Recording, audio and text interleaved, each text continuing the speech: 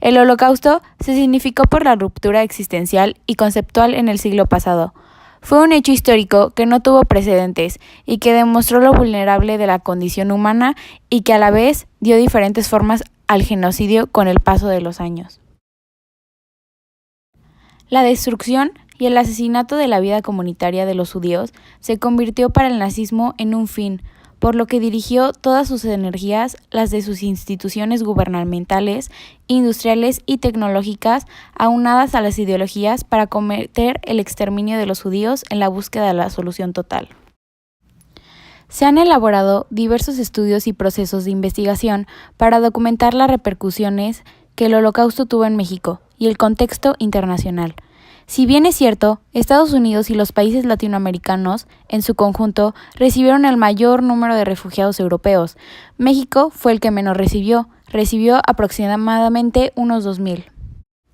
Lo que es un hecho es que las interacciones intensas y frecuentes entre México y el pueblo judío influyeron en las decisiones de ciertas organizaciones transnacionales judías, que colaboraron con grupos humanitarios mexicanos que querían rescatar a personalidades judías perseguidas por el nazismo para encontrar el refugio en nuestro país.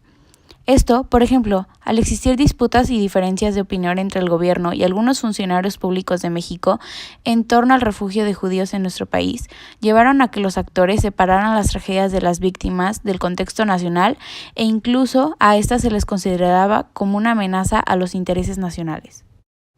Un caso ilustrativo fue el rechazo por parte de México al permitir que desembarcaran los refugiados judíos que venían a bordo de barcos europeos como el Orinoco. De igual forma, nuestro país puso en marcha varias iniciativas locales para detener la llegada de refugiados judíos, impedir su ingreso, así como rechazar sus solicitudes de asilo,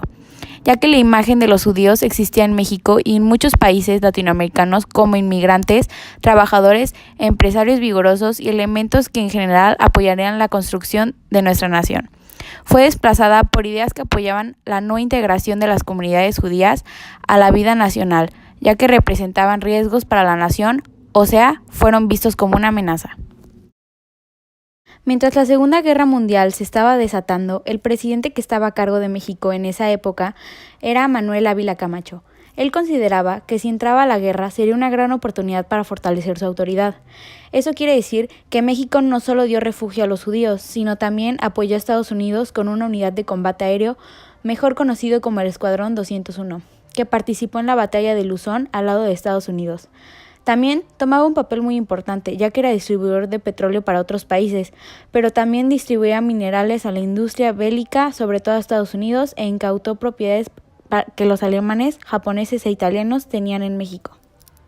En otro orden de ideas, el Holocausto judío también tuvo entre sus víctimas a algunos mexicanos, de los cuales se documentaron 10 casos, 6 hombres y 4 mujeres. A pesar de la escasez de información de su muerte en el genocidio cometido por los nazis, quedarán liquidados sus nombres a la historia del exterminio en donde murieron 11 millones de personas.